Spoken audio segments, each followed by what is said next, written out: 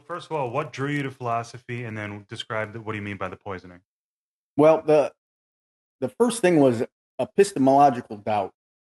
Someone put forth this theory that the world like uh, creates itself for you. So Mm, I'm sitting here in my desk, I'm looking out the window, and there's this idea that nothing exists other than what I see. mm, And how do you know?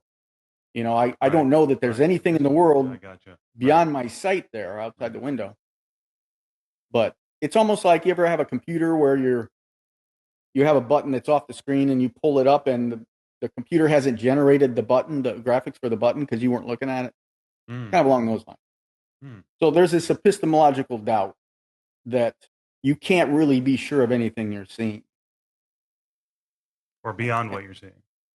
Well, even what you're seeing. How do you know someone's Mm, not feeding you something?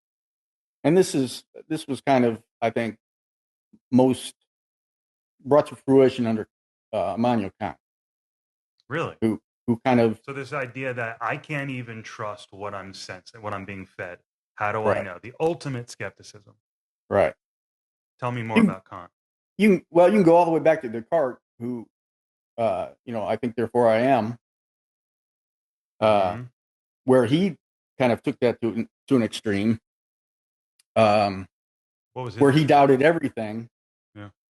but he ended up saying, "Well, since I'm here, I think therefore I am. There's got to be something," kind of thing. Mm, mm, mm. Uh, Hume was kind of known as the ultimate skeptic, as far as I'm concerned, and he was the one that uh, woke Kant from his dogmatic slumber, as he said. So Explain that Kant, dynamic to me. well,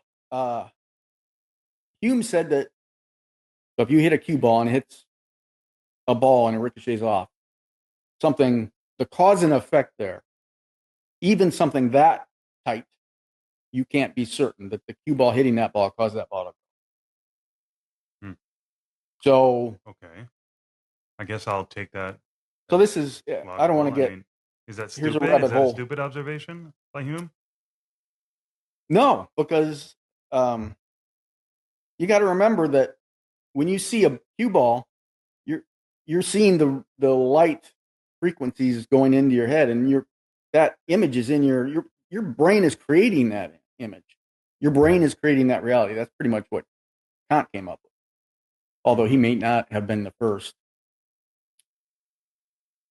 But I was fascinated with that. I learned So that what are in they saying there, though? What are they saying there? What are they saying? They're saying some alien god might have moved the cue ball and put the image as if it was your friend hitting the cue ball instead. Is it, that is simply that? exactly according to Descartes. He allowed for what he called the evil demon, someone who was doing this stuff, running you through, making you see things that weren't there. So yeah, exactly. Okay, all right.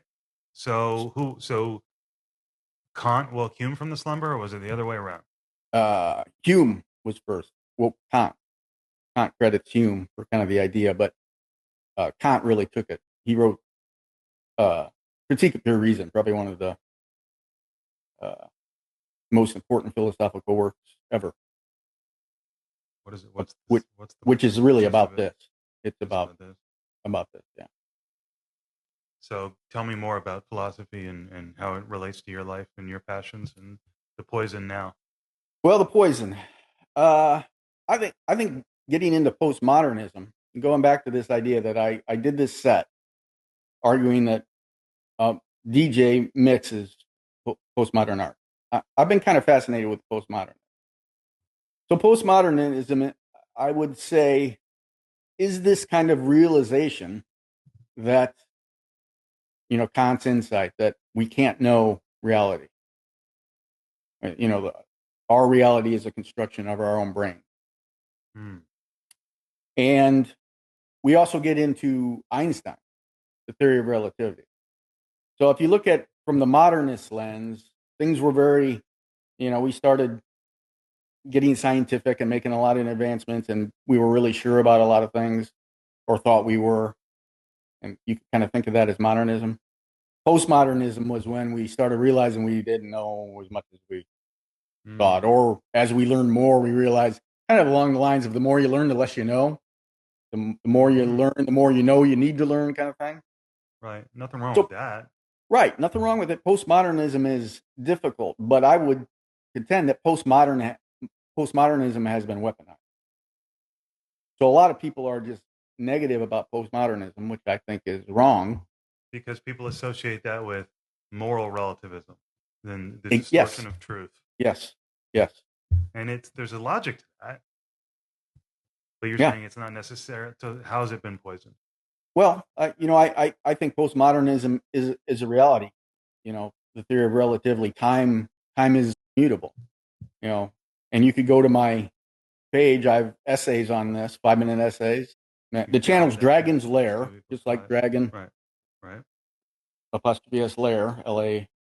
IR. Okay.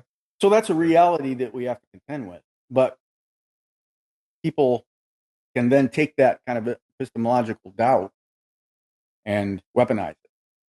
So it's a good example of things that have been weaponized, but it's almost like everything's been weaponized.